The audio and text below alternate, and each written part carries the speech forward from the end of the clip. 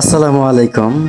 জুয়েল চাচা, তারপরে লাগে ছোট ভাই ভাগ্নে ভাতিজা সবাই মিলে আমরা যে গেছিলাম সেই ইসলামপুর ঐতিহ্যবাহী পশ্চিম বালুয়াটা মলমগঞ্জ ইসলামপুর। তো ঘুরতে ঘুরতে এটা এলো আমাদের আটাবাড়ি রাস্তা। খুবই সুন্দর পরিবেশগুলা, রাস্তার দুপাশে খোলামেলা, খুব সুন্দর। এখন আমরা প্রবেশ করলাম পুনামালাঞ্চা, এটা পূর্ব মালাঞ্চা। খুবই সুন্দর, এটাও সুন্দর, খুব সুন্দর। তারপর আস্তে আস্তে আসলাম মেলান্দ থানার ভিতরে, মেলান্দ পৌরসভার ভিতরে। এটা হবে শিমলতলি মোড় ক্রস করে পুরো আস্তে আস্তে আসলাম আবারই সেই শ্যামপুর বাজার।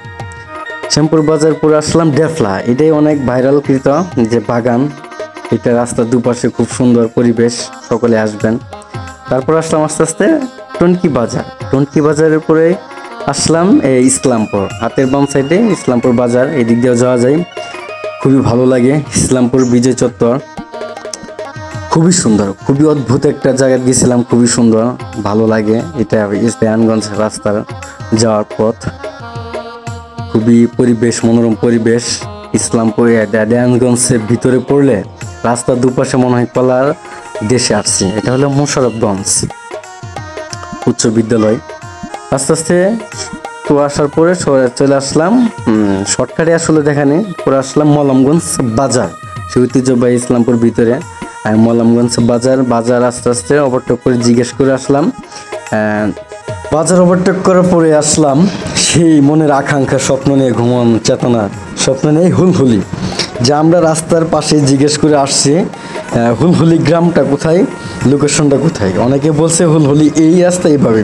তো পরিবেশটা এতই সুন্দর, আলহামদুলিল্লাহ, খুবই সুন্দর, খুবই ভালো লাগে। আসলে অদ্ভুত, যা করছিলাম তা না। বিকেলবেলা সূর্য অস্ত যাওয়ার পরিবেশটাও খুব সুন্দর। এই সেই ভাইরাল জায়গা হুলহুলি নামে পরিচিত, খুবই সুন্দর। এই বট গাছে 3 রাস্তার মোড়, বিকেল টাইম অনেক সুন্দর লাগে, বিশেষ করে সূর্য যখন তলিয়ে যায়, সন্ধ্যার আগ মুহূর্ত খুবই সুন্দর। এখানে দূর দূরান্ত থেকে সকলে ঘুরতে আসেন, খুবই ভালো লাগে আমার কাছে। আমি আসতেও তৃপ্তি পাইছি, আলহামদুলিল্লাহ। জায়গার পরিবেশটা অনেক সুন্দর, সকলে এই দূর দূরান্ত থেকে এখানে আসে ঘুরতে। এটাই সেই হুলহুলি নামে পরিচিত মোহনগঞ্জ ইসলামপুর। সকলে ভালো থাকবেন, আল্লাহ হাফেজ।